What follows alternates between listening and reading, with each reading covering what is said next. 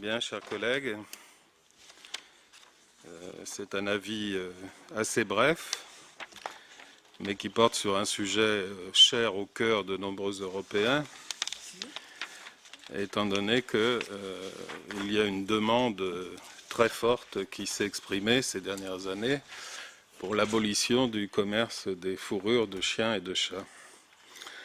Donc, au-delà des organisations non gouvernementales, également une résolution du Parlement, une décision du Conseil, et le fait aussi que cette question a été considérée comme prioritaire par la présidence allemande. Donc, vous voyez qu'il y a une forte demande à laquelle répond ce règlement.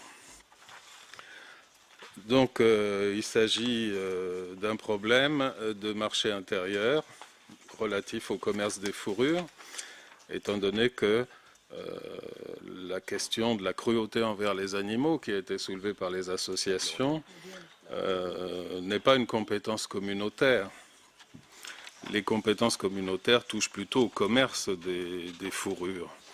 Et donc, le fait que les animaux élevés à l'étranger pour produire des fourrures étaient extrêmement maltraités ne pouvait pas, sur le plan juridique, constituer un motif suffisant, même si sur le plan éthique, évidemment, c'était pleinement justifié. Donc, pour parvenir à cette prohibition, la Commission a examiné, bien entendu, les questions de proportionnalité et les questions de responsabilité des États membres. Le problème, c'est que, sous la pression des citoyens de différents États, il existe dans plusieurs pays des législations, mais des législations divergentes. Et donc, ces législations divergentes peuvent constituer un obstacle au commerce des fourrures en général, parce qu'il est très difficile d'identifier les fourrures de chats et de chiens qui, en outre, ne sont pas vendus sous cette appellation, mais sous des appellations fantaisistes, je ne sais pas moi, genre chat sauvage de Mongolie ou loup de Sibérie pour les chiens. Et donc, en fait, il y a déjà à la base une fraude, une tromperie sur la marchandise. Vous ne savez pas en général que le col de votre manteau ou la décoration de fourrure est du chien ou du chat. Vous croyez peut-être que c'est du loup ou autre chose. Donc vous êtes trompé, et certainement un grand nombre d'Européens n'achèteraient pas ces produits s'ils savaient de quoi ils étaient exactement constitués. Donc ça explique que le règlement parvienne à la conclusion que pour surmonter les divergences existant dans les législations nationales, le plus simple est de recourir à l'interdiction absolue des importations et des exportations. Une autre justification est aussi technique, étant donné que, comme ces fourrures sont modifiées par des traitements chimiques notamment, il est impossible de déceler leur origine réelle, sauf avec des moyens extrêmement lourds dont ne disposent pas les services de douane. Et le moyen le plus sûr actuellement paraît être la spectrographie de masse, et les douanes ne sont pas équipées de ce type d'appareil pour faire des examens des lots qui peuvent venir de l'étranger ou des vêtements qui peuvent être exportés à partir de l'Europe. Alors, bon, vêtements exportés à partir de l'Europe, c'est un peu pour l'équilibre, parce qu'en réalité, on n'a aucune fabrication, du moins officielle, en Europe, de ce type de vêtements avec ces fourrures. Mais c'est surtout l'importation. Et les importations proviennent essentiellement d'Asie en ce qui concerne les peaux de chiens et de chats.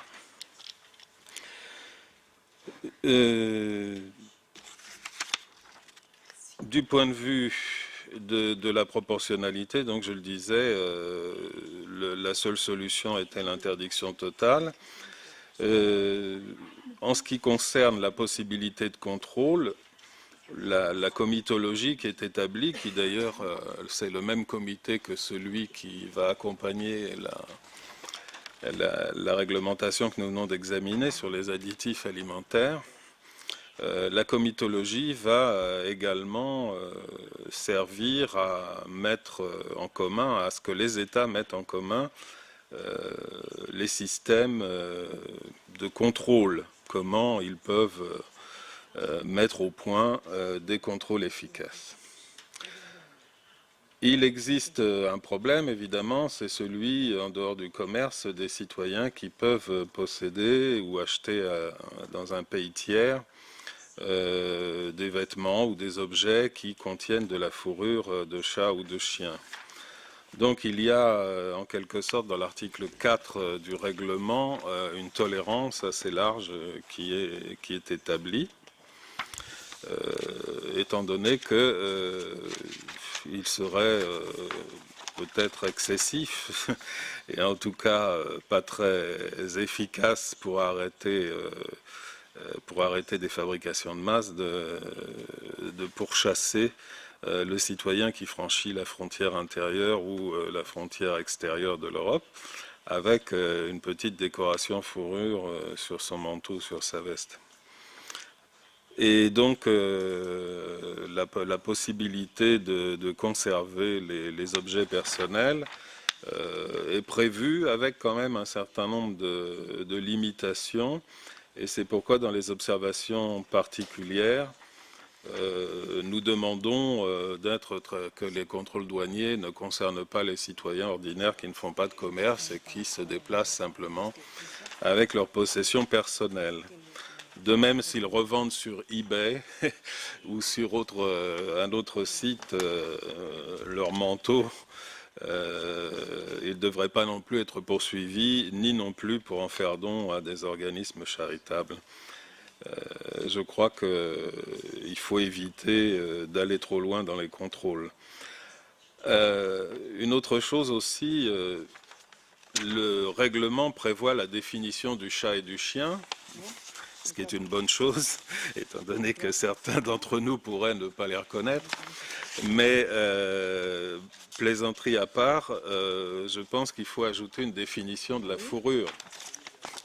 Et donc, dans les observations particulières, nous avons ajouté que la notion de fourrure devrait être plus explicite et désigner non seulement la fourrure proprement dite, mais aussi ses composants séparés, soit le poil, soit les poils, soit la peau, afin que tous les usages possibles puissent être couverts par l'interdiction.